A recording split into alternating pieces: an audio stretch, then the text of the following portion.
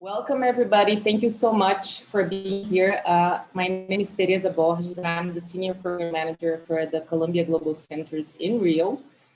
This is a global initiative of the Columbia Global Centers together with Studio X in Amman. We are here, this has been a collaborative work between CGC Rio and CGC Istanbul, as well as CGC Amman, and it's very exciting that we have an international group of panelists and experts that will share with you their insights from a global perspective on our theme today. So this initiative, it's called Network-Wide Events from the Columbia Global Centers, and the idea is to have a global audience speaking and interacting and exchanging information on a given theme. So I wish you all a wonderful webinar. I thank all the participants as well as all of you in the audience, and I'm at your disposal for further questions. Now I'll refer to Merve, my colleague in Istanbul. I'm locally now based in Rio, so it's very warm today. I know that other panelists are expecting freezing snowstorms today, so this shows a little bit of how global we go. So Merve, thank you for hosting, and thank you everybody. Have a wonderful day. Thank you, Teresa. Hello. I would like to say a warm welcome to everyone. My name is Merve Ispahani. I'm the Academic Programs Coordinator at Columbia Global Centers Istanbul. Today, we're delighted to be presenting a timely conversation on the pandemic and reshaping the urban landscape, hyperlocalization, and 15-minute cities. The COVID-19 pandemic deepened existing inequalities on global scale. The virus exposed and widened the gap between the haves and have-nots, both within and between countries. The contrast is rather clear in cities. The impact of the pandemic reinforced the ongoing trend towards the suburbanization of inequality, while at the same time changed our relationship with our urban landscapes. Cities around the world now work towards COVID-19 recovery and explore new ways for building more resilient urban centers for future crises. Our webinar series on emergency urbanism and today's discussion on hyperlocalization and 15-minute cities seeks to contribute to this ongoing global conversation with a group of distinguished scholars. Let me briefly introduce them to you. Hayrettin Günç is a program manager at NACTO, Global Design Cities Initiative, and contributes NACTO's efforts in promoting safe, equitable, and sustainable cities through better street design.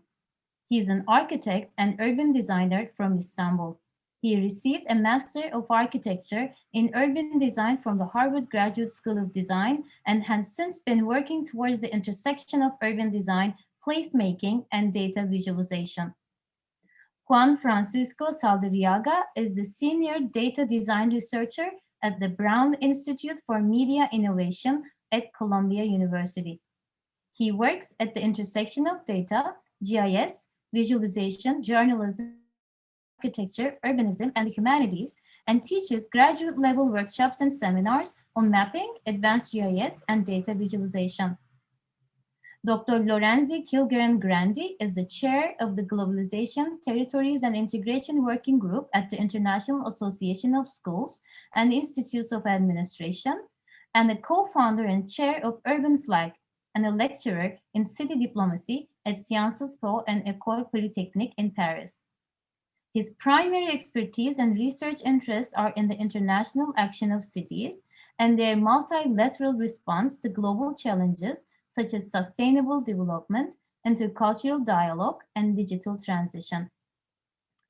Hazem Zureiqat is the Director of Transportation at Engicon, a regional multidisciplinary engineering consulting firm based in Amman.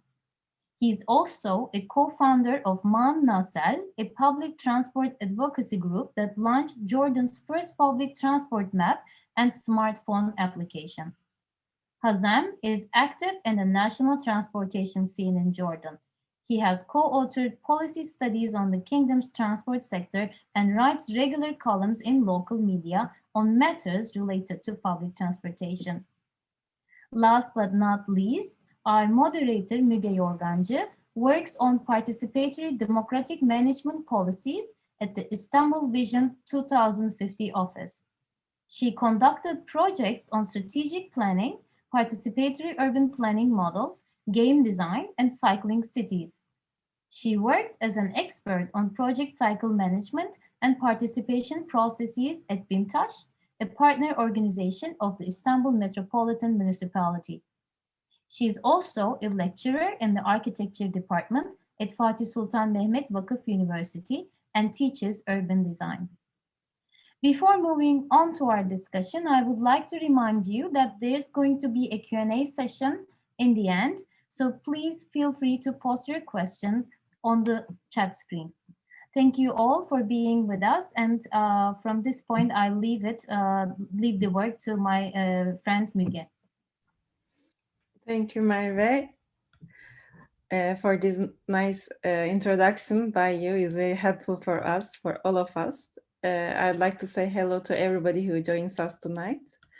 Now I will make a brief introduction. Maybe it's helpful to get the context. For too long, indeed, those of us who live in cities, big or small, have accepted the unacceptable, as we accept in Istanbul. Most of us, most of you, accept that in cities, our sense of time is distorted. We have to spend so much time just to adapt long distances of most of today's cities. The pandemic is accelerating these deeper and longer term trends affecting cities, such as the digitalization of anything, the shift to remote work and virtual delivery of services, and the pedestrianization of streets and increase in cycling as a transportation mode, of course. In Istanbul and in general, this part of the world, in Turkey, the trend was the same. People started to walk or cycle more than before. Also, they prefer private cars more than public transport. To reduce traffic and pandemic risk, most of the municipalities all around the world, to be honest, install new bike lines or extend existing ones, and they increase number of bus lines. In Istanbul Metropolitan Municipality also has established that kind of infrastructure. And also they established a new office named Sustainable Urban Mobility. And it's the first time we have a cycling office in transportation departments just before the pandemic. That was very lucky for us. Thanks to cycling activists in our cities demanding bike lanes and safe streets. Last year, municipality has organized a workshop with citizens, and the results are reported, and report was very important for municipality to understand. We can change the way of using streets in our cities with just small changes. And in the meantime, different cities around the world announced 15-minute city concept. And in a nutshell, the idea is that cities should be designed or redesigned so that within the distance of 15-minute walk or bike ride, people should be able to live the essence of what constitutes the urban experience, to access work, housing, food, health, education, culture, and leisure. That is a paradigm shift, and it's a paradigm shift in the way of living. But on the other hand, strategically clustering food markets, doctors' offices, schools, pharmacies, banks, smaller scale offices that we can imagine other urban social centers and infrastructures, that kind of places for recreation in a close proximity to the people who need them, can shrink the deserts of essential services, in especially in distressed neighborhoods, more vulnerable places. Now we will discuss these topics with 4 speakers today. Merve introduced them very nicely, and our topic and our perspective from urban design to urban planning, data science to maps, and finally city diplomacy. It's very nice to say that different perspectives on this topic. So first, we will start with how we ensure that public spaces in our cities represent and serve the people who live near them. And Hayrettin, in this presentation, Hayrettin will feature role of streets in the context of 15 minutes concept, 15-minute city concept, and how we can rethink their role of mobility and access. How we will use public space. He will also feature a range of cases that explore how to reclaim in public space is being countered around the world. Now I will give the stage Hayrettin if he is ready to. Okay, thank you. We start with that. Thank you so much. Let me share my screen really quickly. Is it looking fine? Can you guys see the screen? Cool. All right. So thank you for the introduction. It was great to hear what Istanbul is doing also. I'm from Istanbul. It's really a great pleasure to be here today. Like Merve mentioned, for the past few years, I'm working at the intersection of urban design, placemaking, and mobility. And today, I was asked to talk about how different cities and around the world are responding to this pandemic situation in different ways. And 10 minutes won't be enough to cover the globe, but I'll do my best to illustrate different ways and tactics that cities have been using, while sharing my thoughts around how these are connected to the 15-minute city concept. So like I mentioned, for the past few years, I'm really passionate about understanding how we design our streets for different users and how these users interact with each other. And when the pandemic hit our cities, it shed new light on 2 main functions of our urban streets. The first one of these critical functions is mobility and access.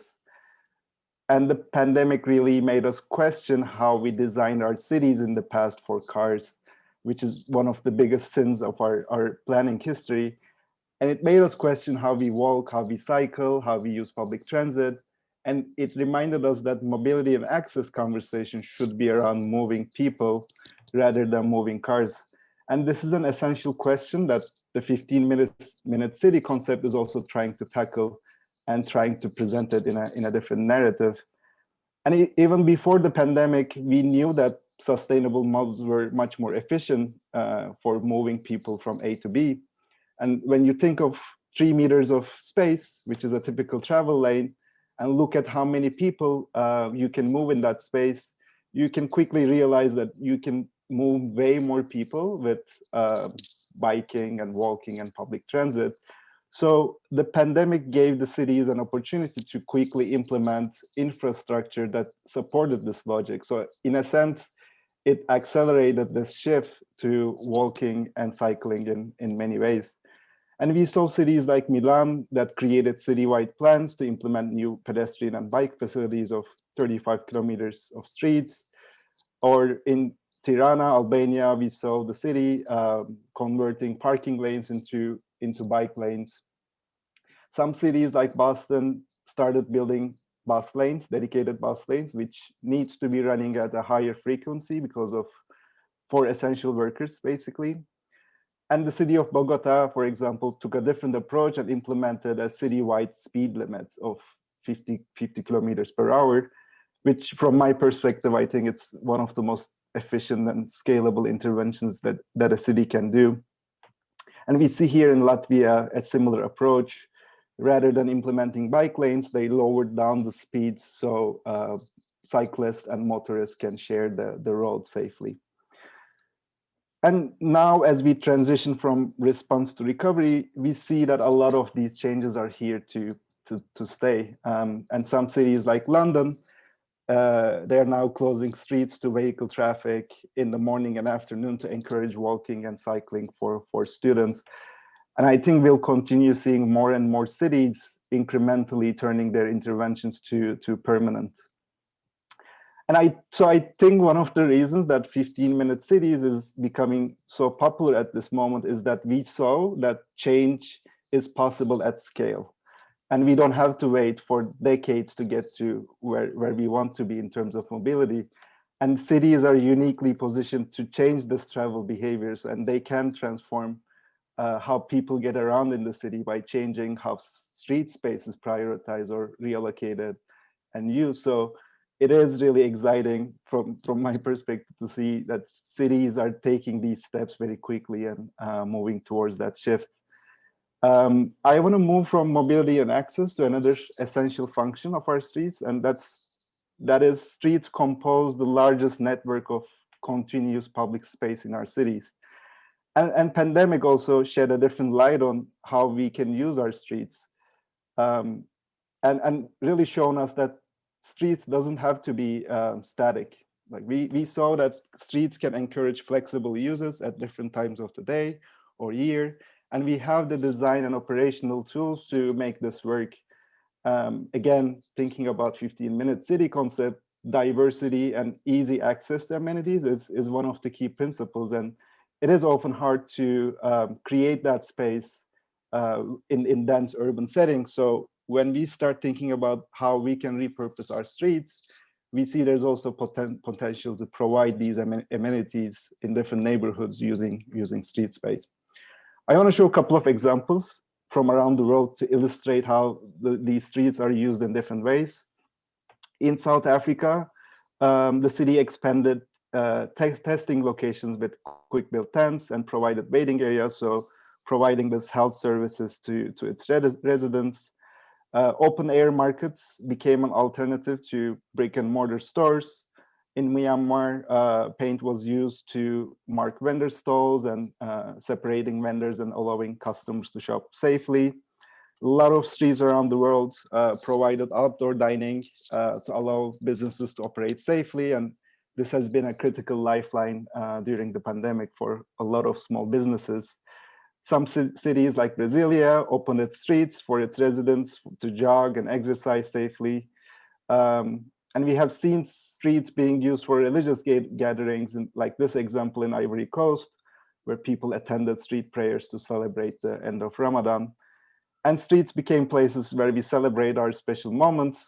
I'm Turkish and I'm used to street weddings, but seeing one in New York City was a first for me.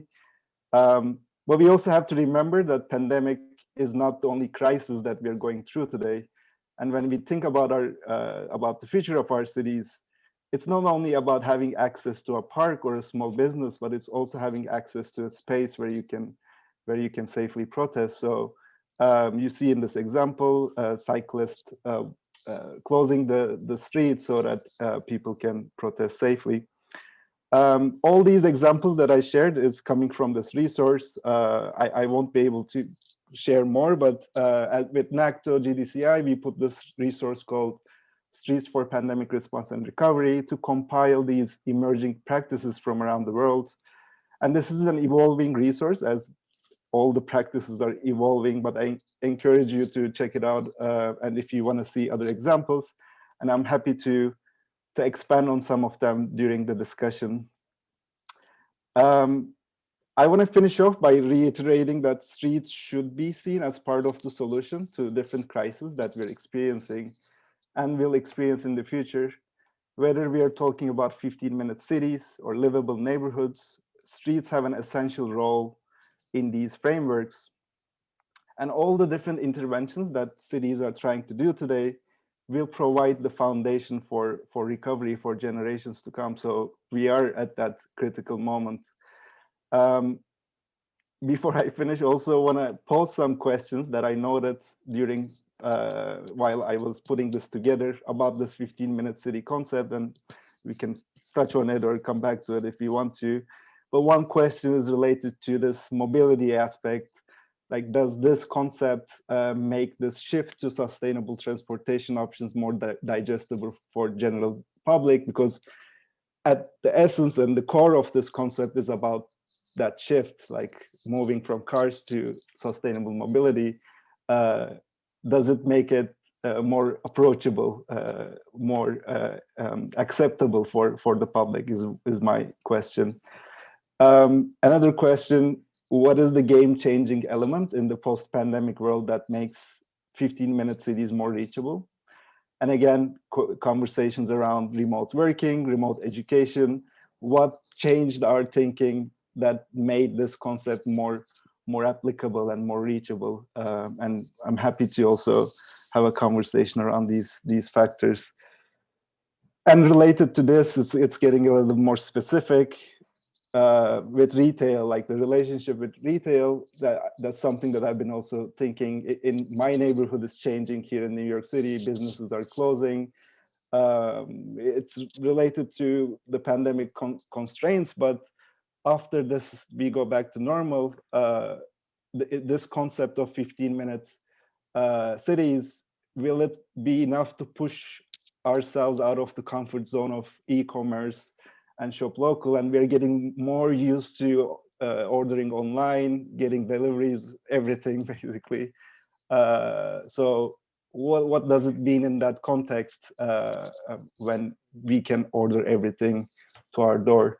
So I'm gonna stop there, and looking forward to hear from my colleagues, and thank you so much. Thank you, Hayrettin. I really like the questions. I note them for the end of the presentation, so it's very nice triggering questions. And now, before Juan,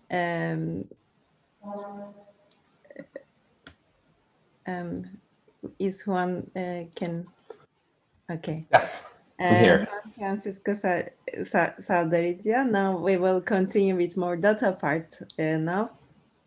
I'm looking forward to hear about how data part is looking to pandemic and 15-minute cities and transportation issues. And I'm leaving the stage to Juan. Okay, I'm going to share my screen. Can you see well? Perfect. Okay. So welcome. Thank you for inviting me. I'm going to talk about tracking transportation in New York City during the pandemic. But first, let me just do a little bit of an introduction. I work in something called the Brown Institute for Media Innovation at the Journalism School. We're actually located at Columbia University, but also at Stanford University. So we're a bi-coastal institution that tries to combine innovation in engineering and computer science with journalism. So how do we tell stories in innovative ways? How to use technology to do better investigation, better storytelling, better communicate the work that journalists do to the public. Our main activity is we give out grants. So we're a little bit of a weird organization in the university because we don't receive grants, we don't apply for grants, but we give out grants. Every year we give out around $1 million in grants to groups located both in New York City, but also in California. This year we have a lot of grants related to COVID. One of the most striking that we're financing this year is a grant that actually is requesting official documents for every city and state in the US relating to COVID. So that way we are understanding how cities and states and municipalities are making decisions on COVID, both in terms of safety, of keeping certain industries open, of allowing certain festivals to proceed. So we're trying to understand how are these decisions being made. We also do a lot of programming, and most of our programming is open, and now we're doing everything virtual, so anybody in the world can actually sign up for our presentations, our seminars. This year, we're doing a lecture series called Changing Course, in which we're trying to figure out how our understanding of data is becoming more nuanced, more complex, more broad. We recently featured Joanna Drucker talking about visualization of time. And we also featured Catherine D'Ignacio and Lauren Klein talking about data feminism. Both of those were great lectures. And at the beginning of next year, we're going to have another lecture on computing and social change. We also do a lot of events related with data, talking about New York City, but also about other data on the US and worldwide. Finally, my personal research is about mapping and data visualization. Recently, I've been working a lot with looking at the privacy policies for different tech companies. That's the graph that you see on the left-hand side. I also did a lot of work on forced displacement in Colombia. And I've been doing a lot of work with transportation. That's the graph that you see on the right-hand side. Anyway, but to the specific topic that I wanted to talk about, I have to preface it by saying that this is a work in progress. So all of the things that you're going to see are still things that we're working on. Hopefully we'll have something published in the next couple of months. But this is just to say that the findings that I'm going to talk about are our initial findings, and things might change a little bit, or there are still to do. So as you all know, the pandemic has hit all of us very hard. You've seen in the New York Times and in other articles that it has hit New York City's subway system particularly hard. The subway is not only facing a huge financial problem because its ridership is almost down to it's less than 60% of what it was at a normal level. But it was also forced to close during the night. New York City was one of the only subways in the world that was open 24 hours a day. And both for health purposes, so to clean the subways, but also for financial purposes, New York City was forced to close the subway between, I believe it's midnight and 5 a.m. Even last week, this is data updated on December 11th by the Metropolitan Transit Authority. So even by last week, ridership was still down by more than 70%. And it has been like that since the beginning of the pandemic in New York. This is a map we did in the last course I taught in the spring semester, looking at decrease in subway ridership. So the size of the circle is the size of the decrease, comparing that to median household income around the city. The parts of the city that have a lighter blue color are the neighborhoods of lower income. And you can see there that the decrease is not evenly distributed geographically. Most of the large decreases has happened, of course, in downtown and midtown Manhattan, so the office centers, but also in the wealthy neighborhoods of Brooklyn Heights, the Upper West Side, the Upper East Side, Tribeca, Soho, whereas the poorer parts of the city have still seen a decrease, but the amount of decrease is lower. And that is in part because a lot of the people living in those neighborhoods do essential work. So they still need to commute to work. They cannot afford to work from home. So this is all to say that the crisis has hit different parts of the city differently, and there is it's an uneven effect on the whole population. Accompany that, there've been a lot of articles talking about how city bikes, scooters, motorcycles have all come to the help of New Yorkers moving around, how people are switching from the subway to bikes or scooters or anything. There was a recent article saying city bikes, scooters, skateboards, anything but the subway. And there are articles proposing new big infrastructure developments for New York to capitalize on the fact that New Yorkers are biking more and are using other means of transportation. So this is the background, and we wanted to really try to understand if this was true, to what extent it was true, how have those changes played out throughout the pandemic, how those changes relate to the different policies that the government has put in place, to different lockdown levels or reopening phases, and sort of dig a little deeper into the data. So that's what we've been doing. Of course, we started first with subway use during the pandemic. The blue line is subway use in 2019.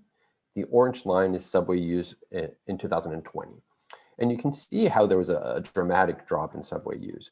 One thing that's interesting here is that the dramatic drop happened before the official mandate from the governor to keep all of the essential workers at home. So that mandate happened around March 15th, but the drop started around March 7th.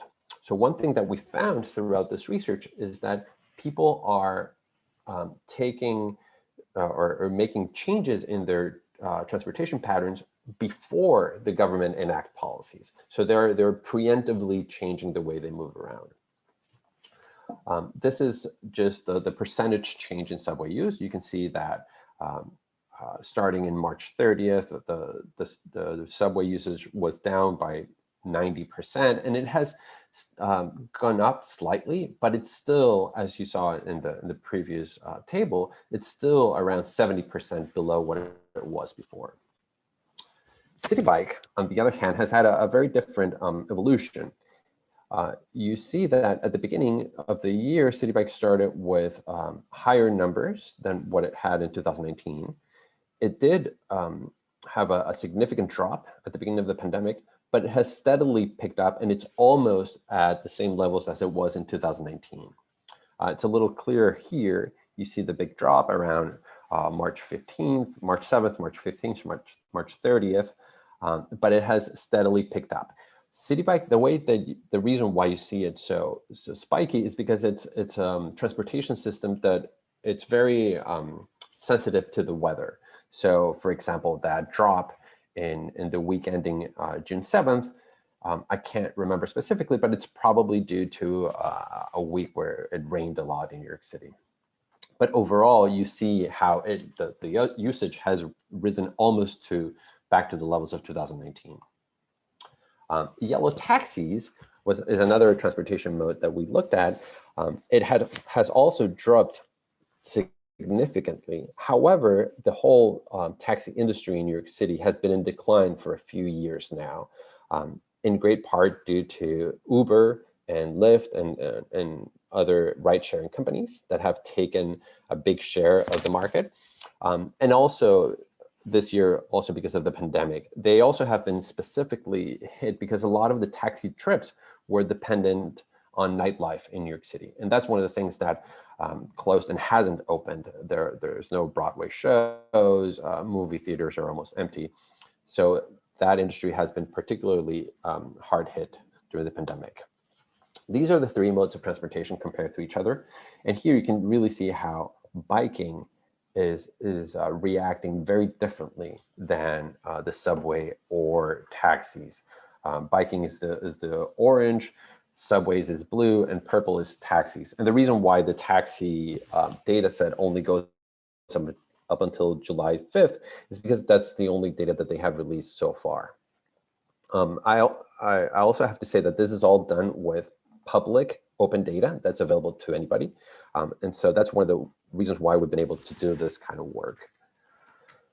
Okay, so we wanted to dig a little deeper into these statistics. And first we created a series of maps. This is a map for City Bike usage for every week of the year. It starts the first week of January. The blue color represents neighborhoods where the usage is higher than what it was in 2019. The red ones are neighborhoods where the usage is lower. And you see how around week 12, 13, around here, this is March, there's a significant drop all over the city covered. This is the parts of the city that have City Bike stations. But once you move on, let's say after April, you can see how certain neighborhoods start picking up again and actually are seeing more usage than what they saw in 2019. And I'll zoom into a couple of different snapshots in a second. This is the same similar overview for the subway. You can see how at the beginning of the year, it was more or less the same as in 2019. And then once the pandemic started, all the neighborhoods throughout the whole city saw a huge decrease. There have been some neighborhoods that saw less of a decrease, but overall, all of them saw a very big decrease. And same for taxis. They actually started the year with a lower usage than in 2019, and they have stayed that way. Okay, so zooming into 3 specific weeks, the one on the left is the week ending March 8th, so right before the pandemic really hit New York City. The one in the middle is the week ending March 29th, so right during the height of that first wave. And the one on the right is the week ending August 2nd. So that one, you can actually see the recovery. And I wanted to highlight a couple of neighborhoods that have really picked up in terms of city bike ridership. One is this one around here, which is Astoria in Queens. This one down in Brooklyn is Crown Heights and Bed-Stuy, Bedford-Stuyvesant, and both the Upper East Side and Upper West Side. Of course, neighborhoods like Midtown and downtown Manhattan and downtown Brooklyn are still seeing lower levels of city bike ridership. So the point I wanted to make here is the recovery of city bike has not happened uniformly across the city. It's centered on very specific neighborhoods. These are the same weeks for subway ridership.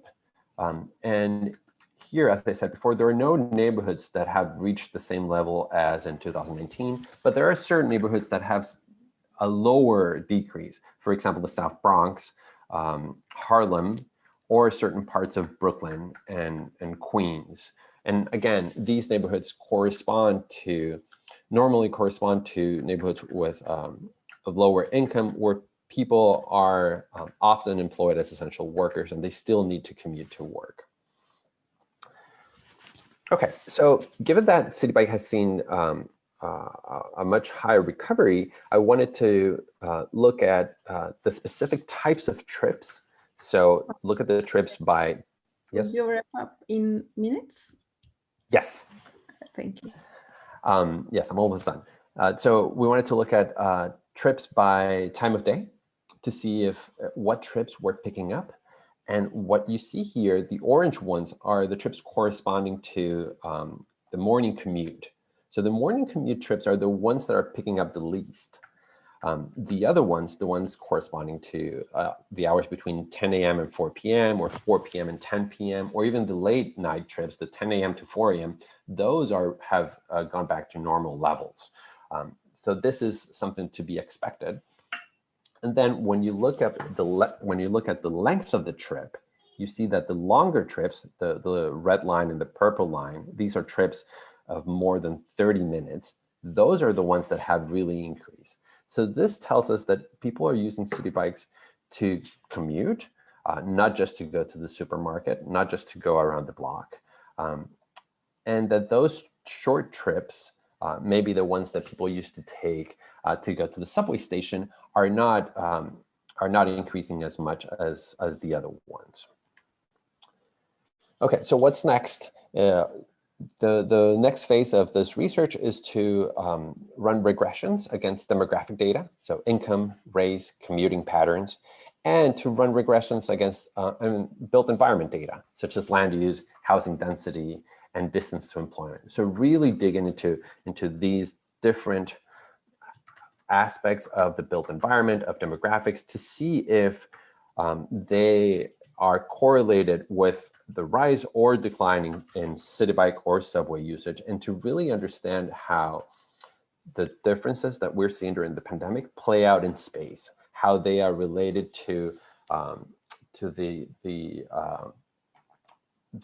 inequalities around the city. A lot of people have looked at the pandemic and as one thing that affects everybody equally, and we're trying really to disaggregate that and to really understand how it affects different people differently. Thank you. Thank you, Juan. I'm looking forward to a Q&A session to ask questions. I have many questions, really. Thank you. Thank you very much for this nice presentation. Thank you. Now, to save time, I speak less than I planned, but it's very nice. Now we go to Hazem Zureiqat, Director of Transportation in GİKON. Hello, Hazem. Hi, Müge. Thank you very much. For you. Thank you. Do you see the slides? Yes, okay. we saw. Thank you all. Thank you, Columbia Global Centers, for inviting me to participate in this webinar. I want to start with something you may find a bit odd, but I think it would be useful to set the scene and give you some context about the situation in Amman, Jordan. For a few days in March, in the beginning of the pandemic, the government, our government, the government of Jordan, embarked on a huge logistical endeavor. It came up with the scheme or an arrangement with bakeries across the country to sell bread through public transport buses.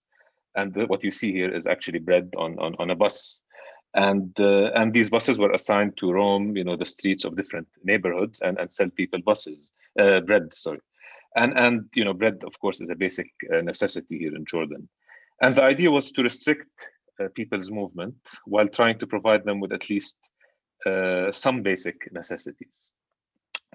Needless to say, this scheme, failed miserably. It only lasted a few days, and it was too much to manage. The government realized that it can't get into managing selling bread, and people needed, more stuff to buy than just bread. I'm only showing this to highlight the differences, among countries in imposing restrictions. We keep hearing about lockdowns and big terms like, a full national lockdown in some countries, but those things can mean very different things in different places. And that can really have an impact on how people behave and interact with and move around their cities and their neighborhoods. In Jordan, and I'll go through this again a bit later, restrictions on movements were real. They were serious. There were curfews imposed through something called the defense law, which is, in Jordan, one step below martial law, and they were partly even enforced by the military. And before moving forward, I just wanted to maybe quickly take a step back and give those of you not familiar with Jordan and Amman some background information. Amman is the capital of Jordan, a city of 4.5 million people. It's a hilly city. It's very much car-oriented, car-dominated. Car ownership is on the rise at over 6% a year. The percentage of trips made on public transport in the capital is somewhere around the mid-teens. Public transport users are largely captive, meaning they use the system because they have no other choice, not because it's more convenient or more comfortable than using a private car. And if there's one thing to say that Amman is known for is that it's not the most pedestrian-friendly city out there. Sidewalks are often uneven or have obstacles or are non-existent for reasons that we don't have to get into today. Traffic congestion in Amman has been on the rise, and it's expected to get even worse if we continue with the current trajectory. Why? Not only because of natural population growth, but also because of other demographic factors. 45% of our population in Jordan is under the age of 20. Less than 14% of working age women actually work, which is one of the lowest rates globally. So as people grow older, as more women enter the workforce, there's going to be a huge increase in demand for mobility. So back to the pandemic, early on in March and April and part of May even, Jordan managed to really limit the number of deaths and cases. I think we had around 9 or 10 deaths by the early summer.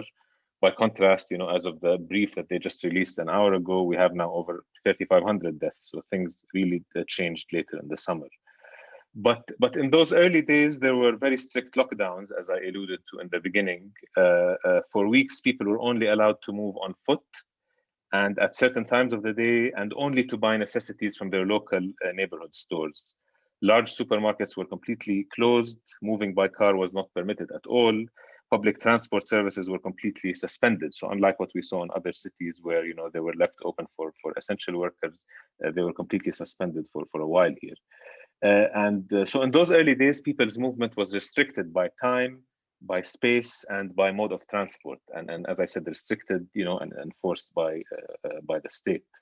And this is very important to note, because what we saw was not people, you know, as maybe we just heard in New York, there were not people voluntarily choosing to travel a certain way and to do certain things because of public health concerns, even though, you know, some people have made individual choices, but these were restrictions imposed by the state and strictly enforced. And what we saw during that time was people in a way reclaiming the street. There were no cars and sidewalks, you know, aren't the best. So people were walking on the street itself to go to shop for basic goods. Corner stores or neighborhood stores really saw a surge in demand and witnessed even something like a renaissance. Some people were reminiscing about the old days, you know, and how the neighborhood stores really made a comeback. On the left here, you see how people were lining up to buy groceries at one neighborhood store. And someone here is holding a sign with a hashtag that trended for a couple of days that basically says, "Proud of my neighborhood." So it's just a sign that, you know, people in this guy's neighborhood were following social distancing and so on. And even though technically travel was only allowed on foot, what we also saw in Amman was the adoption of bicycles, like, you know, we've seen in many other cities, as my colleagues mentioned earlier. But this is really rare in Amman. You know, cycling is not a common mode of transport here because of the hilly topography mostly and lack of cycling infrastructure. It's not safe to cycle in the city. There are groups that cycle for, you know, leisure and athletic purposes, but cycling as a mode of transport is not really common. So that was really unique.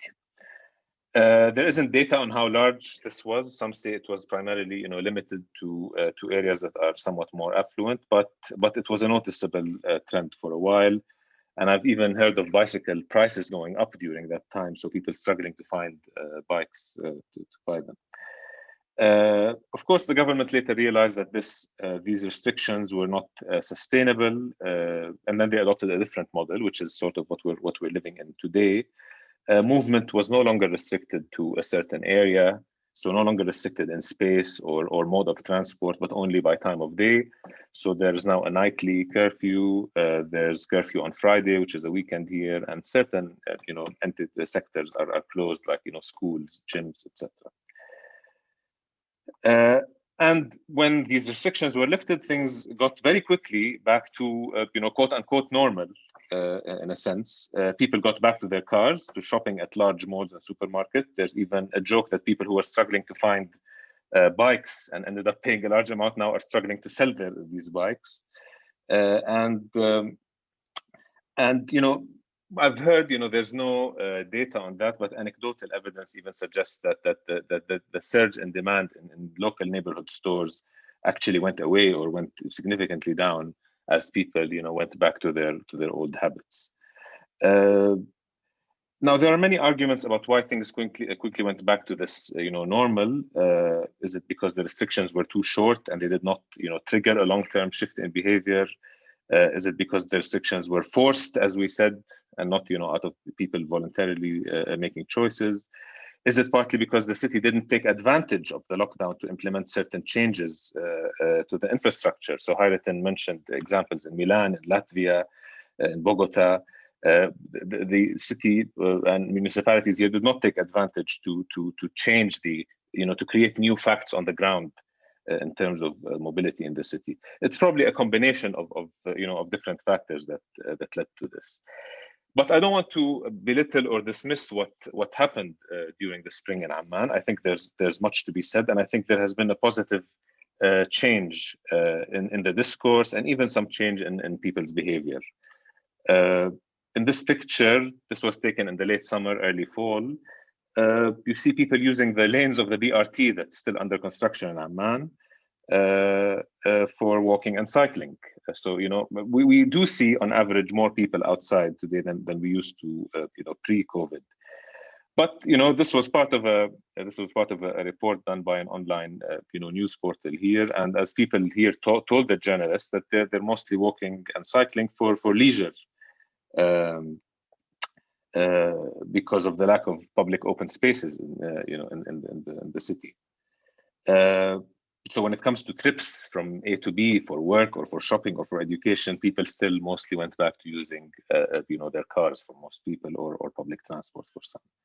And if that says anything, I think it says that Amman is still far from being a 15-minute city.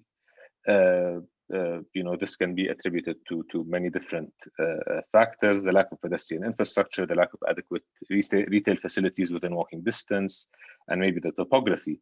So in essence, unlike cities like New York, where we just saw some examples from there, for most trips in Amman that people have to take, they do not have a multitude of options in terms of transport modes. We're still not at a point where people can weigh different choices and choose the mode that is more convenient. There is always a mode that is far superior than others. If people have a car, they choose a car for all their trips, or a mode to which a person is captive because of their income, their place of residence, or their place of work or education. So there's also an important aspect here where inequality comes in. But again, there has been some change, positive change in the discourse. Although it's too early to tell how impactful and long-term that will be, the city conducted a survey about people's opinion on access to services during the lockdown, and hopefully, they'll act on the results of that survey. We at NGCon were part of a group called the Architecture Engineering Business Council in Jordan. We conducted a study funded by the Friedrich Ebert Foundation on resilient neighborhoods in Amman. So we looked at a few case studies within Amman neighborhoods and proposed some changes to land uses, to the streetscape, to make neighborhoods more resilient, to provide people with better access to services within walking distance, and better pedestrian and cycling infrastructure. I won't have time, obviously, to go through the study today, but I'd be happy to share with you, maybe on the chat box, the link for those who are interested. The study is available online in both English and Arabic. There's a professor named Scott Galloway from NYU, and he keeps saying that COVID-19 has been more of an accelerant than a change agent. We've certainly seen this in Amman, like many other cities, and like my colleagues mentioned in the introduction, the acceleration in the use of electronic payments, delivery apps, working from home to some extent, and so on. But has COVID really served as a change agent in terms of how people move around their cities, how people interact with their neighborhoods, specifically in the city of Amman? I think, I hope so, but I think this is yet to be seen. And thank you very much. Thank you, Hazem, for timing also, just in time. Thank you. I would like to remind our audiences may submit their questions to Q&A box before I skip to Lorenzo.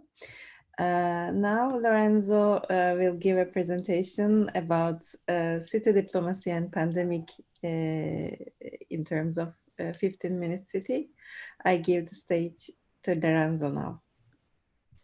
Thank you very much, Müge. It is a pleasure to be here. I'm delighted to have listened to the presentation of my colleagues. I think we have already a lot of food for thought. I will try to add my little share now. My perspective is a little bit different. It's the one from political science, I would say, from international relations. But we'll see how this international dimension connects to the local one. So I'm going to share with you my screen.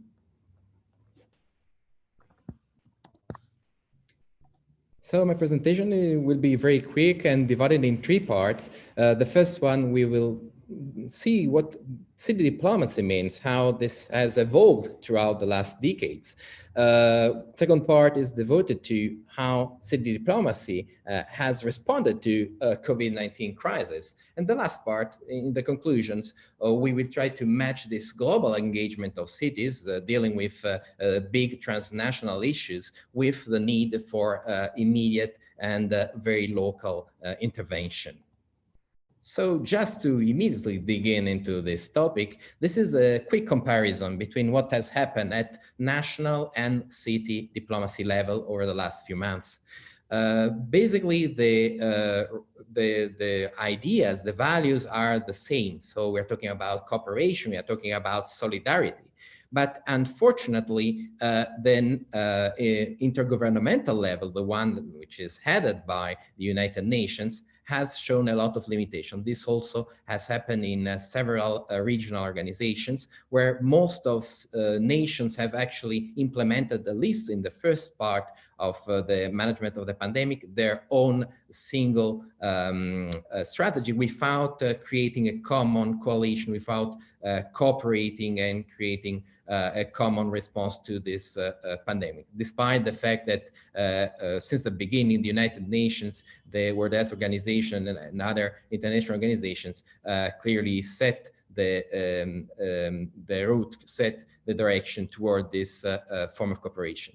Meanwhile, cities immediately connected with each other. This is a screenshot on the right of a call of 48 mayors that have been called by Mayor Eric Garcetti of Los Angeles, the chair of one of the most important city networks called C40, originally devoted and still devoted, of course, to the fight to climate change, but that has transformed itself in a sort of a COVID-19 support group. Here you can see different mayors that together share their best practices and decided to create a task force in order to address the big issue of the recovery, post-pandemic recovery. We will go back to this point at the last part of the presentation.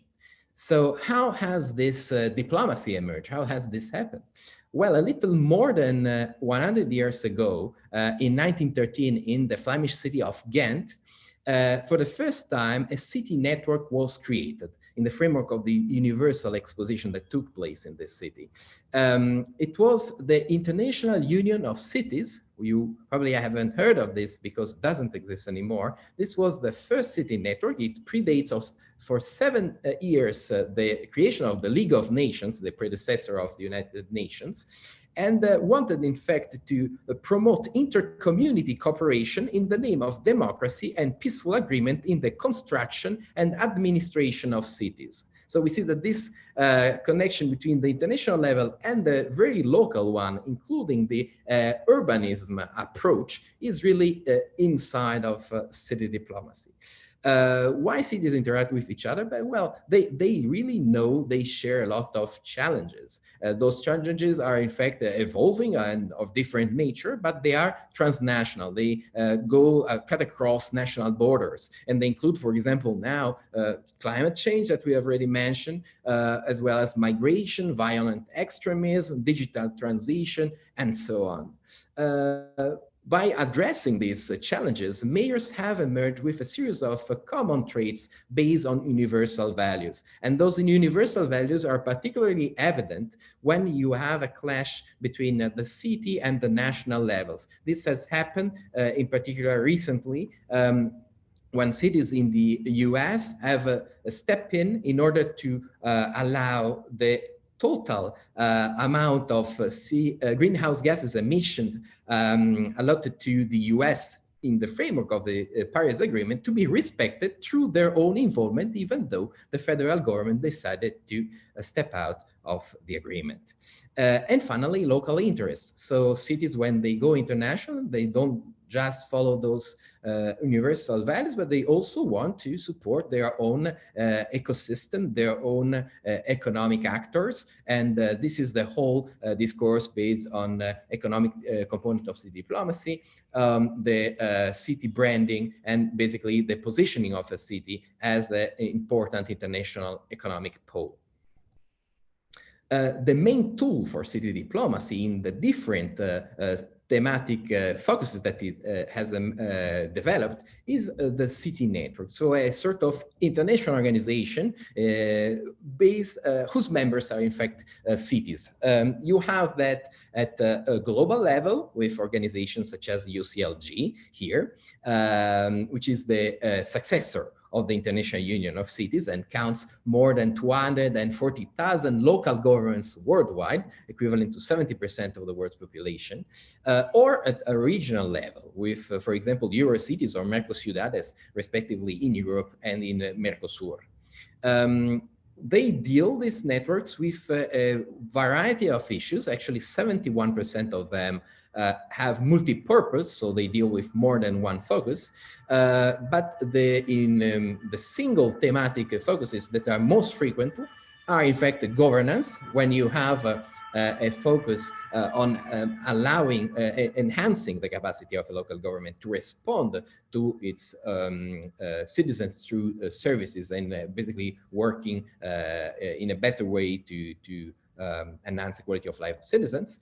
The second point is, in terms of frequency, environmental sustainability with C40 we already mentioned, but also, for example, a global covenant of mayors for climate and energy that is 10,000 cities and local governments worldwide. Then you have fight to inequality. For example, the Mayor's Migration Council that is particularly active in positioning cities in the global debate on the future of migration. So not only cities as sort of participants in sort of a consultation initiative, but also as actors in decision-making process. That's the goal, given the fact that most migrants concentrate in cities, as the UN figures have pointed out. And finally, culture and creativity with organizations such as the Organization of World Heritage Cities that unites more than 300 cities that have a World Heritage site in their administrative boundaries, and then have similar issues in this period, in particular related to the basically the fact that there is no international, very limited national tourism. So all this network were swiftly able to adapt and embrace the new needs of the pandemic, and try to support their members and their communities in order to provide better solutions. Not all cities are in fact involved in city diplomacy. This is important to say. It's still a majority. You have most of big cities, what you can call global cities, the capitals, the economic capitals of different countries or important economic regions throughout the world. You have a part, actually a minority of middle-sized cities, and you have only a fraction of small cities worldwide participating to that. How comes? You actually need four preconditions for that to be successful. First of all, decentralization, so the capacity of the local government to set its own route, to follow its own leadership and strategy. Economic and human resources in order to define and navigate the complex waters of international relations. So there is really a lack of training for that worldwide. Only a few courses are offered. I offer a few of them here in Paris, but in many countries there is actually no such a possibility. So there is a lack of trained professionals in that. They have to reinvent themselves a little bit, and it's also quite an expensive practice, even though it can become, if well designed, of course, something that brings money and resources to the city. Leadership and engagement are absolutely important, especially in those times where solidarity and engagement are put into question. So it is important for the mayor and the whole council to be able to engage the society in something which is absolutely positive for the different local actors and the population. And finally, clarify that into a strategy. This is important for the long term and for the consistency of the actions. A few examples on what is happening now in terms of urban transformation. Just we can talk a lot about that if you want in the questions, but just to example, reinventing cities, that has now a second part called Reinventing Cities Students. It's actually a global competitions open respectively to professional and students of urban planning and architecture to reinvent a series of sites that are underutilized in a series of cities, and municipalities put them at the center of a competition that has to sort of take into consideration the environmental aspect, so with no emission neighborhoods that are most frequently designed, but also an important component of social interaction and basically evolution at human size. And this human size urbanism is also at the center of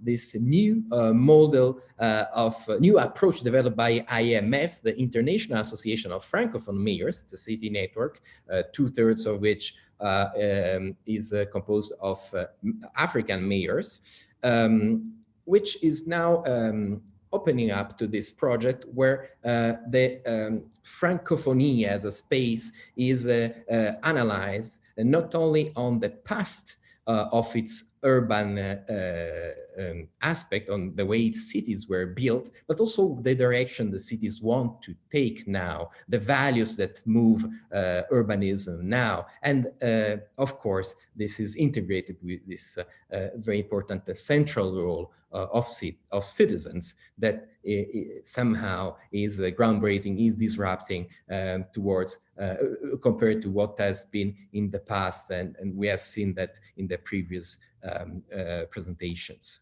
So responding to COVID-19, we have seen 4 different actions emerging from city diplomacy. First of all, tangible help. And this went through direction that were new. At the beginning of the pandemic, we had Western cities helping Asian cities with donating masks. China received a lot of masks, Chinese cities, Chinese provinces and regions at the beginning from the twin and sister local governments. And then, of course, the direction was inverted. With donation of masks and medical equipment directed to many developed countries, developed cities. The city of Milan, for example, received a lot from its sister city of Shanghai, but as well as support and help from another European city, Frankfurt is a sister city, who donated money to the fund to the response to the pandemic. Regional and global advocacy, it's another very important element that developed with cities that try to put a pressure on national governments in order to have the same approach of solidarity and cooperation. And this has been done by organizations at both regional and global level.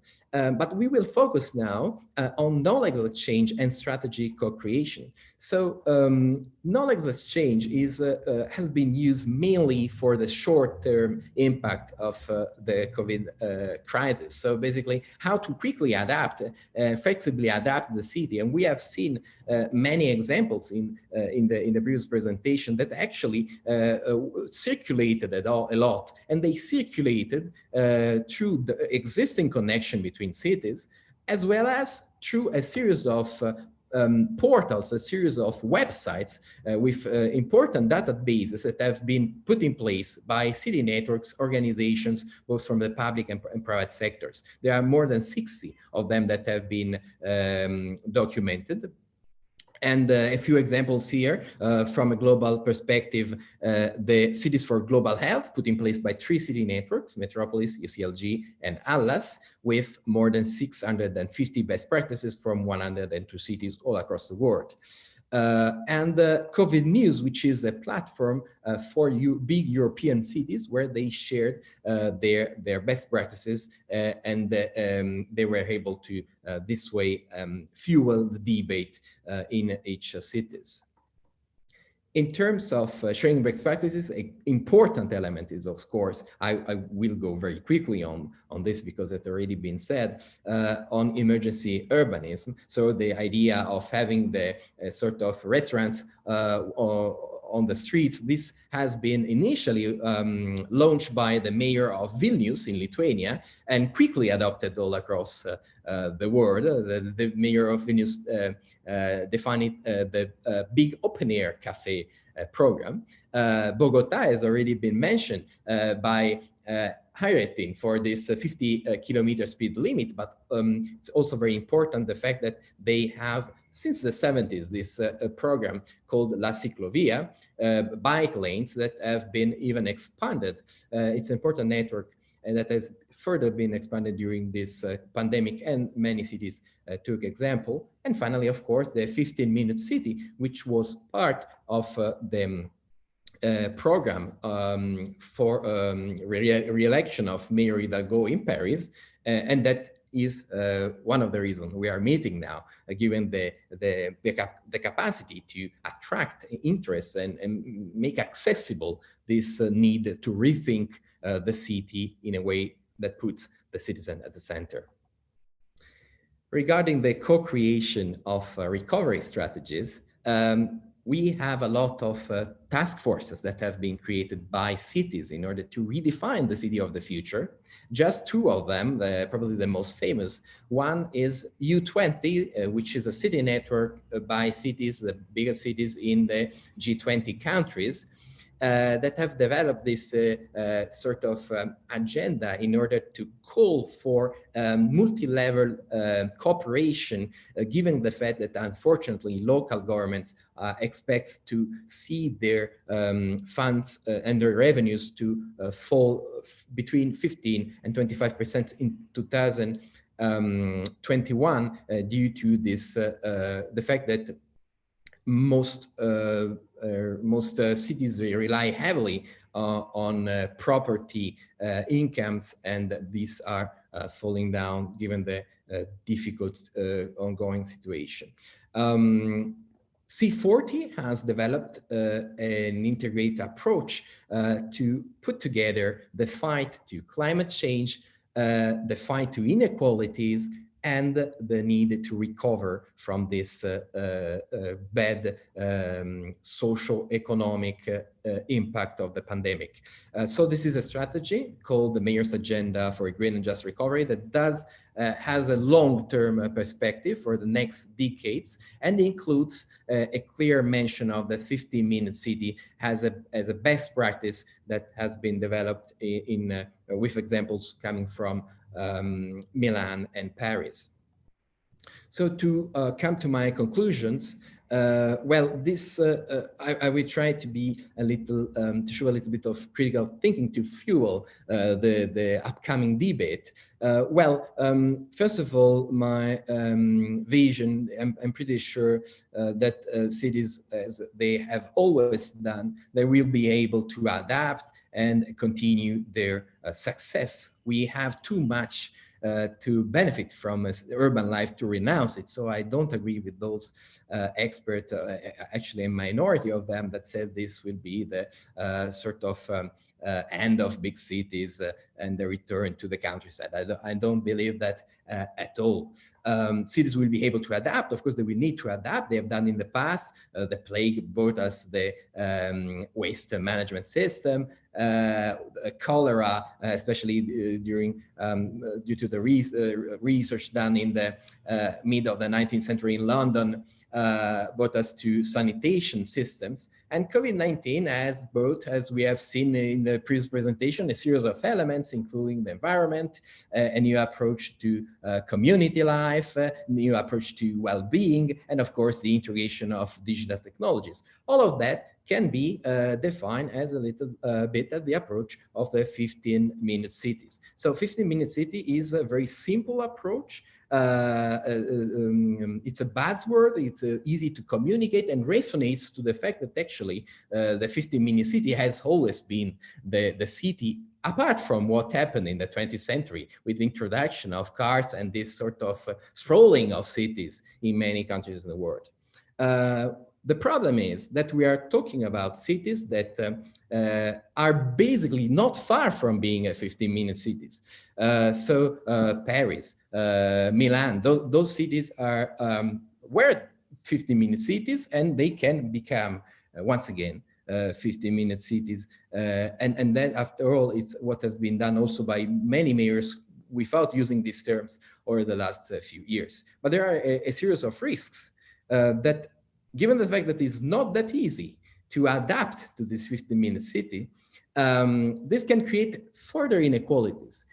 In the framework of a city, between neighborhoods that can and that already built around this sort of approach, and more frequently, those are the richest neighborhoods. I enjoyed what Juan showed us about this difference in income, in the different adaptation to the crisis, and then you can have exacerbating inequalities also between cities and between cities in different countries. Finally, this can also deprioritize the long-distance commuters. We have to take into consideration that we are not just all lucky to have everything and our job in this 15 minutes. It is important to work toward this direction. And this is definitely a goal. What I want to, my perspective is that the 15-minute cities is a goal that needs to be adapted to the different situations. It is very difficult to define it as a general solution. It is not, it has to be adapted. And how to adapt it? Well, you have to use these two elements of a methodology that I've been describing up until now, that really is the foundation of city diplomacy. So on one side, of course, bilateral and multilateral city diplomacy, this connection with cities that are experiencing similar situations. So of course, Paris can relate to Milan and vice versa, but cities that have spread and divided with very vast neighborhoods with low facilities, low access to transportation, public transportation, and no basically very low density, have to think to the 15-minute city in a totally different way, and it's important to cooperate. Lorenzo, maybe we can keep time for discussion if you can wrap up.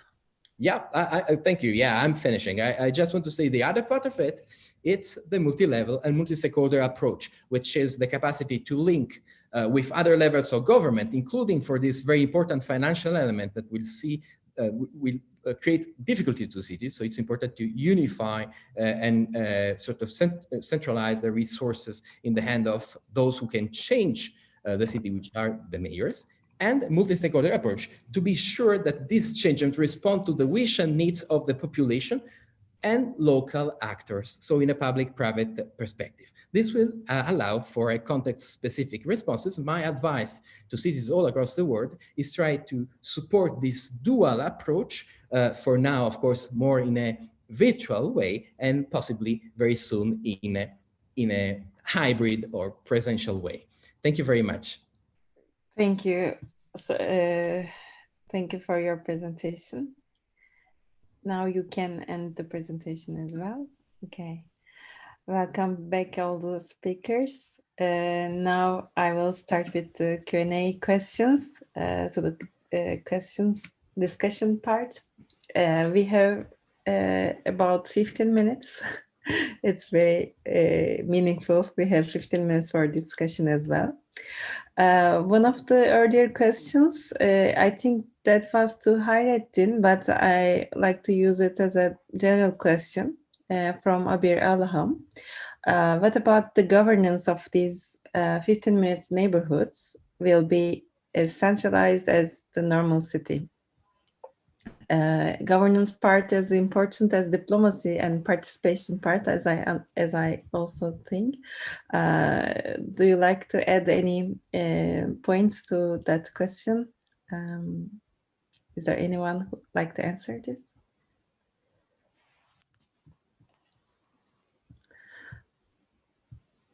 And I read the other question. Maybe it can trigger. I can step in a little bit. In terms of transportation, the governance always needs to be, I would say, at a larger level, larger level than what it is. For example, in New York City, we have something called the green taxis, and the green taxis are limited to picking up people on specific zones. And then there's a purpose for that, because in the past, yellow taxis would only go to the areas where they would really get they would sure to get passengers, and they would leave the outer boroughs of New York without service. So a few years ago, they established the green taxis, which they could not pick up passengers in sort of downtown or midtown. And that created a supply of taxis for those neighborhoods. But at the same time, that carried some costs you had a lot of green taxis dropping off people in downtown and then having to travel many kilometers empty because they couldn't pick up anybody. The point is, the purpose of the legislation was, it had a good intention, but the effects of legislation at a very micro scale have macro scale effects. So you do need to consider how specific rules that apply to specific neighborhoods, to specific areas of the city, can have effects on the broader region, city, state. So you always need to move up a little bit.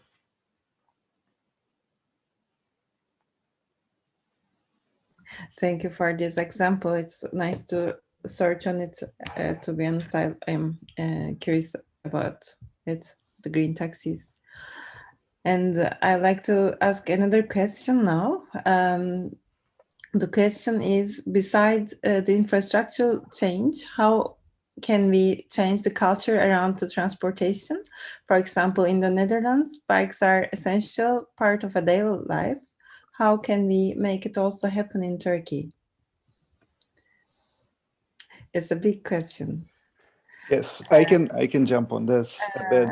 Yeah, and also then maybe Hazem can mention about Stipi Amman streets. He also make a benchmarking with Istanbul. Sorry, Hayrettin, please. Yeah, so just a quick answer. I mean, we have to acknowledge, like, Netherlands and Denmark didn't become bike-friendly cities overnight. It took time, even decades in those countries as well, to come to the point where they are right now. And there are critical factors that they invested in, like infrastructure being one. If you build it, they will come. That's like a very common phrase we've been hearing. It's one of the essential things the cities should do. I would say network is a big factor too. Like, you can build bike lanes, but if it's not planned and if it's not connected, it won't work. So I think that's another critical factor that should be taught. And I would add strong political leadership. I think that's key. You need a political leader who will be brave enough to kind of go into that wave, and there will be resistance, of course. Change is hard, but I think having that leadership is also critical to make that happen. So those are the three critical items, I would say. I just want to second that. I think those three aspects are crucial. And one thing that Hayrettin mentioned at the beginning, it takes time. It really does take time. New York has been building its bicycle infrastructure for a long time, and it's still underperforming in terms of the density, the proximity of things. The infrastructure that it has is still underperforming, but it's steadily rising. So it does take time. Mm-hmm. And thank you. I'd like to, I totally agree with what's been said about political leadership. And I mean, you know, in Amman, for example, the city, the municipality of Amman had nothing to do with public transport, for example, until about 2007, 2008. So, you know, traditionally they're used to just building roads and building bridges. So changing mindsets and building capacity at public agencies to think about mobility as, you know, moving people, not moving cars, multimodal systems where there's cycling, there's public transport, etc. I think really helps, and this is where maybe, you know, the governance, the city diplomacy and the multilateral agencies and even the international funding agencies could play a role by pushing, you know, a more aggressive agenda in that regard. Thank you. I'd like to add also something on this. I think municipalities and city governments should work with activists more, because it's sounds like it's nothing without any demand. So citizens also should continue to demand their walkable streets and cycling lines. So it's important, more citizenship and more activism. for And I should say better. in Amman, the lockdown triggered some, I got a couple of messages from different people who are trying to start up, advocacy groups to call for better cycling infrastructure. So, hopefully it'll happen and be sustained. Yeah, in Istanbul, really, we are thankful for that kind of activism to get that kind of services. I continue. Yes, please. May I shortly ask about, because thank you all for all these interesting presentations. I really learned a lot from all of you.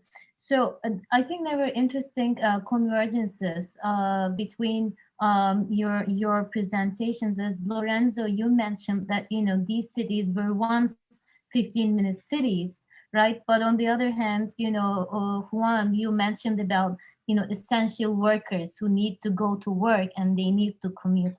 And then there is this whole issue of inequality that became, more and more clear with the pandemic, as these, workers whose jobs are most vulnerable are likely to move rather, further into the outskirts of the city in the coming years. So what are we going to make about this? Because even in Paris, people commute for, they have long commutes to get to work, and in Istanbul and in Rio. So what are we going to make of this kind of, I wouldn't say a dichotomy, but this interesting point? Thank you very much for the question. I think this is very hard to answer, actually, because it will need a lot of time. I do agree that this kind of transformation won't happen overnight, and mayors that are willing to create better conditions for the less fortunate, for those who actually have been more exposed to the pandemic, to the health component of the pandemic, of course. This is where the action has to concentrate. The 50-minute city, as it has been presented by C40, the network I was talking about, has to be implemented starting from the less compatible neighborhoods. Taking into consideration that this is where you need to start. It's not the city center where rich people live and basically already commute, as we have seen, already have the facilities in order to work from home or take the bicycle and go buy the groceries, but actually intervene where grocery are not available. You don't have bike lanes, you don't have any access to determined and important public services, and so on. So this is important in the framework of municipal action. It is also important to see those diverging dynamics from my perspective. On one side, mayors will have the potential to sort of harness this global attention, this global sensibility that has been developed. So in electoral terms, the cost of implementing, the political cost of implementing those changes, so spending money for this part of the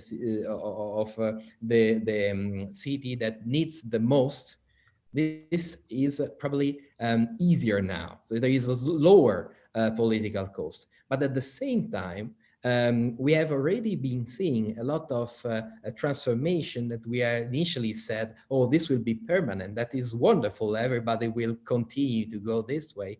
There is a high risk that is, as it is already happening in China, many of these solutions will be just forgotten because there is no more the feeling of need for it. So why the cholera and the plague brought to this permanent changement of the city? Because the citizens and the administration felt the risk was still there.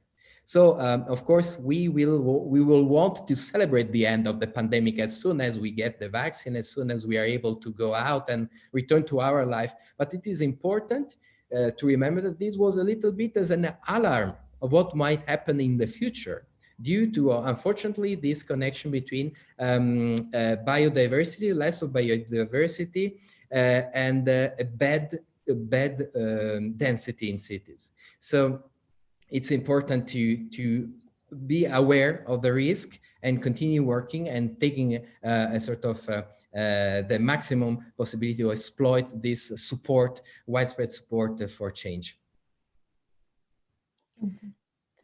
Thank you. Very nice question and answer again. And now, indeed, we have talked about more neighborhood schools, more equal neighborhood settings, and better food access, more third places such as community comes together, maybe libraries, etc. Better housing access, and that kind of equalities between neighborhoods. Maybe that kind of infrastructures will be necessary to set around the city more equal. But in the end, 15-minute city may mean for pedestrians, for cyclists and drivers in cities, as well as how it shifts kind of 100 years of thinking of urban planning is changing, because urban planning is based on zoning. Working areas, living areas, and recreational areas. So now we are trying to combining that kind of infrastructures or different uses in the city together, and this is a big shift for cities. One of the questions also about considering this also post-pandemic situation. It's from Selin Yıldız. What do you think? What do you think might be permanent changes or habits in transportation and public space arrangements? Especially with that arrangements part is linked to my introduction. Thank you. And yeah, now that question is to the middle again. So I can again jump in, and I actually had a question to Juan related to this, seeing his presentation. And one of the things, big red flags that I see right now is related to public transit, right? Like in the perception of general public, subways, metros, these are, people are questioning if they are safe or not. So I see that as a big issue, big challenge that we have to face right now. It's very urgent because it might change people's habit, and it will be a hell scenario for us. So looking at Juan's data, like I know maybe the aim of the research wasn't really figuring out if there's a relationship between COVID and public transit use, but I've seen studies that there's no real connection with the increase of public transit use and COVID spreads or increases. So I think that's an area. I don't know if Juan, you have more thoughts around that issue we can discuss. Yeah, so I think I have seen the same studies. At the beginning of the pandemic, I believe there was a study that linked some outbreaks of COVID to subway usage. And then that study was refuted by multiple studies saying, actually, there are very, very few cases of COVID that can be traced to subway usage in particular. However, I totally agree that the perception of the people, even amongst my colleagues, is that the subway is a place to avoid. So it's a lingering fear that is not necessarily supported by the data.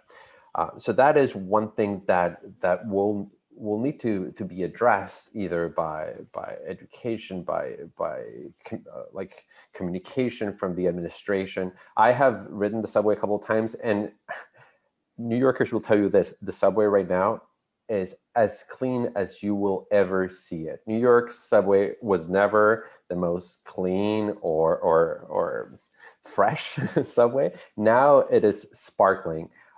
So that is part of trying to change the perception of the subway. The other big problem with transportation right now, especially in New York, is the funding of the subway.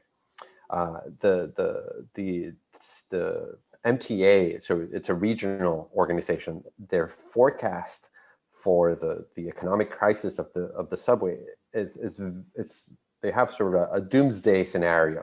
They're saying that without government aid, the subway will suffer huge losses or is suffering losses of money, and they will either have to cut services or cut employment, or sort of do cuts in other places.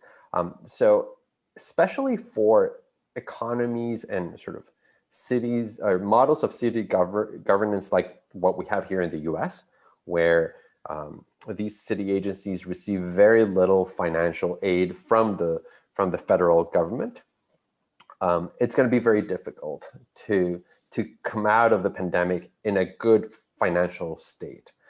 They already started the pandemic in a bad shape. So that's something else that needs to be addressed. And right now, everybody, and speaking of the US, everybody's looking to Congress to see if there's going to be help for the states, right, from the federal government to the states, so that they then can reinvest on education, transportation, health, all of these services that are really strained right now. So that's something that we will need to figure out in the coming months.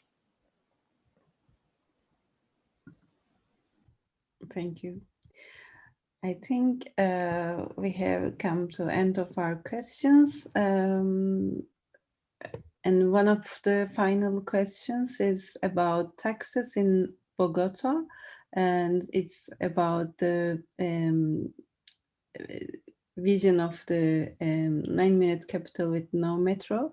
It's about metro situation of Bogota. If there is any reflection on Bogota metro system, we can answer this, but otherwise, this question is to Lorenzo, I think. Is there a risk that the 40 plus group and other alliances you cited may turn with the time in no more than trendy jamborees? Do you have a short answer to this, or? Well, I'm not sure I'm getting the question, but it might be in fact that it's related to an accusation that has some valid ground, can have some valid ground of city diplomacy to represent a sort of branding opportunity for cities rather than a tool to implement impactful solutions on the ground. This is true to some extent in many city networks, because usually there are little political sort of capacity to enforce the city's action, even though the city stays a little bit on the backside and doesn't act in a very active way. We can see that this is not very different from what happens in intergovernmental organizations like the United Nations or the European Union. We all know that the level of involvement of the members of these international organizations change from time to time. It is important to say that this cooperation at the international level, at the city level, are not compulsory.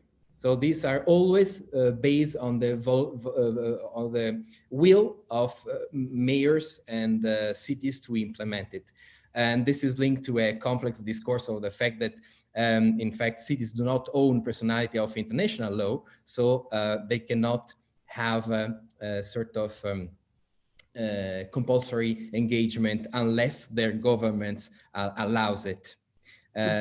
Anyway, yeah, this is I can say this is a valid point, and hopefully in the future cities will use this more as an opportunity to implement a change rather than take a family photo with colleague mayors from important cities abroad.